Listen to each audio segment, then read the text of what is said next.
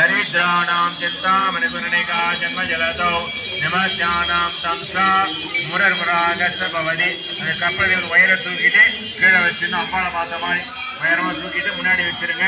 ஆனந்த கற்பூர நீராஜனம் தரிச யாமே ஒரு ட்ராப் தண்ணி எடுத்து அந்த கற்பூரத்தில் தண்ணியை விடணும். கீழே வச்சுட்டு அம்பாவை நமஸ்காரம் பண்ணீங்க, பிரார்த்தனை பண்ணீங்க.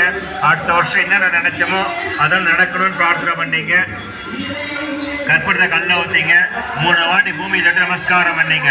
நமஸ்தஸ்தை நமஸ்தஸ்தை நமஸ்தஸ்தை நமோ நமः யா தேவி சர்வபூதேஷு மாதுரூபேண சம்ஸ்திதா நமஸ்தஸ்தை நமஸ்தஸ்தை நமஸ்தஸ்தை நமோ நமः யா தேவி सर्वभूतेषु लक्ष्मीरूपेण संस्थिता नमस्तस्यै नमस्तस्यै नमस्तस्यै नमो नमः या देवी सर्वभूतेषु बुद्धिरूपेण संस्थिता नमस्तस्यै नमस्तस्यै नमस्तस्यै नमो नमः ओम शक्ति ओम शक्ति ओम शक्ति.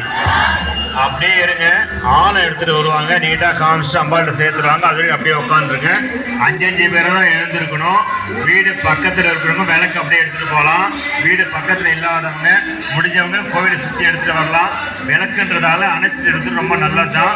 வீட்டு வாசப்படிக்கு முன்னாடி மஞ்சள் குங்குமம் வச்சுட்டு 2 பூவை போட்டுட்டு வாசப்படியில் கண்டிப்பாக விளக்கு ஏற்றிட்டு வலது காலை வச்சு உள்ளே எடுத்து போய் சுவாமியோட விளக்கு ஏற்றணும்.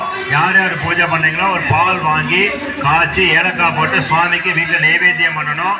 இந்த கீழே குத்து விளக்கு வச்சு அரிசியை ஞாயிற்றுக்கு பண்ணி பொங்கல் பண்ணி வீட்டில் சாப்பிட்லாம். குலதெய்வத்துக்கு பிரார்த்தனை பண்ணி அர்ச்சனை பண்ணிடுங்க.